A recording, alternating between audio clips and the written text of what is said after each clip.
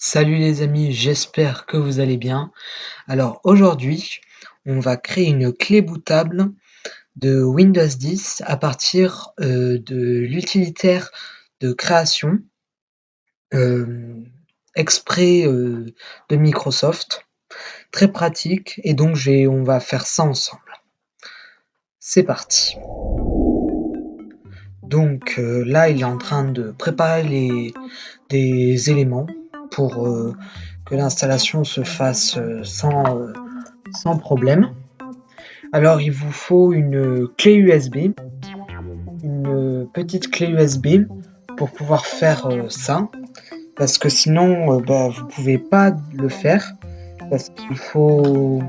Vous avez plusieurs solutions en vérité. Une solution pour une clé bootable, une solution pour installer directement Windows 10 sur votre PC, faire la mise à jour, ou télécharger l'ISO. Donc là, il demande le contrat de licence, donc on va accepter. Voilà, premier truc. Et donc il vous faut, je reprends, il vous faut au moins une clé USB de 6 Go. Parce que l'ISO de Windows 10, il faut à peu près 5 Go 50, donc voilà. Je vous couperai cette... voilà. Donc là, il nous demande ce qu'on veut faire. Donc là, mettre à niveau ce PC maintenant ou créer un support d'installation avec une clé USB ou fichier ISO pour d'autres PC. Donc je prends le deuxième. Si vous voulez faire le premier, ça va installer Windows 10, si vous n'êtes pas sur Windows 10. Et sinon, vous pouvez faire ça. Donc suivant. Et là,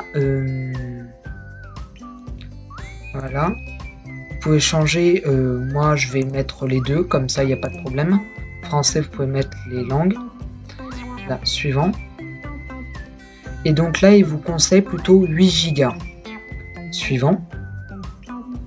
Et donc maintenant, il faut installer une clé. Donc je vais installer ma clé.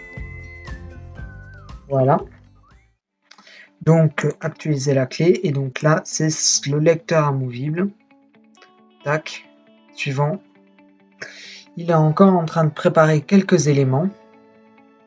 Et donc là, il va télécharger l'ISO à partir d'internet sur votre ordinateur, puis après le transférer sur la clé USB. Pour moi, ça va pas prendre beaucoup de temps parce que j'ai la fibre, donc ça devrait aller très vite. J'arrive dans les 900 mégaoctets par seconde de téléchargement, donc ça devrait aller plutôt vite. Je vais mettre en avance rapide ce moment.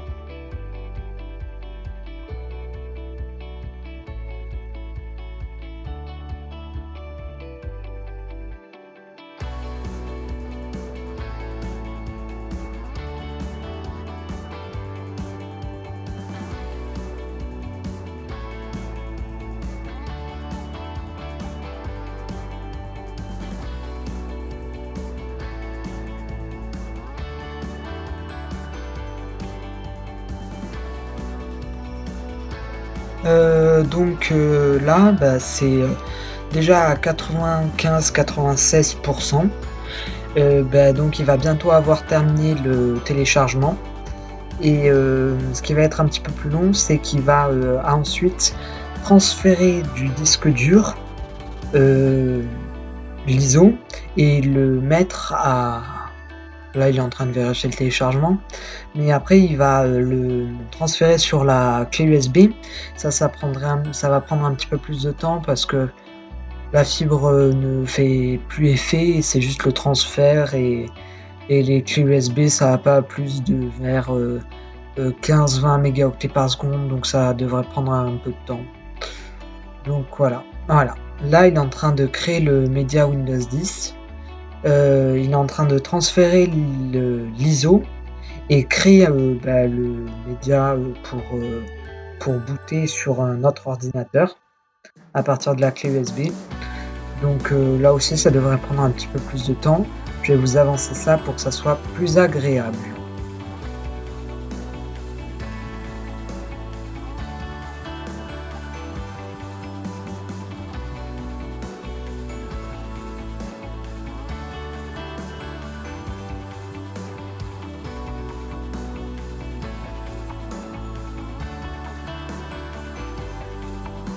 Alors là, il a fait le début de la clé USB. On voit qu'il y a un boot et tout ça, mais il n'a pas encore fini. Donc on va le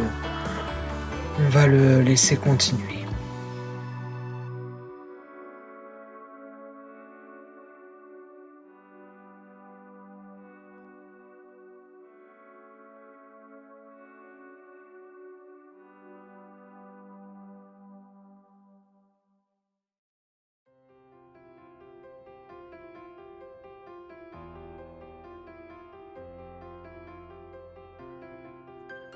C'est vraiment très long, donc je vais continuer, je vais vous laisser là.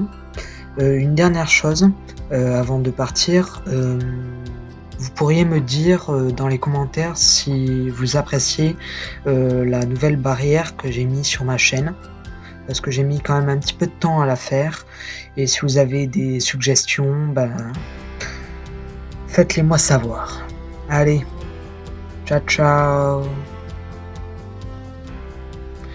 Donc voilà, après avoir fini toute cette installation sur la clé USB, ils nous disent votre disque mémoire flash USB est prêt, et donc on va pouvoir faire terminer, et je vais vous montrer tout de suite ce que la clé nous donne et qu'est-ce qu'on va pouvoir faire avec. Donc maintenant on va voir ce que ça va donner. Je vais brancher ma clé USB remplie de la config Windows 10 et on va regarder tout ça. Donc voilà. Donc c'est démarrable sur sans système, juste avec à partir du BIOS, mais vous pouvez quand même démarrer avec sur un Windows avec Setup, c'est un exécutable. Donc voilà. Là c'est des fichiers pour mettre la petite icône là, voilà.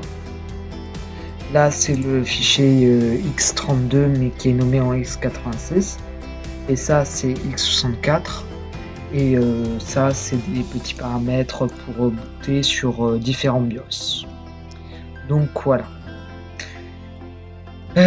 C'est fini. J'espère que cette vidéo vous aura plu, qu'elle n'a pas été trop longue, et on va pouvoir se retrouver dans une prochaine vidéo la semaine prochaine.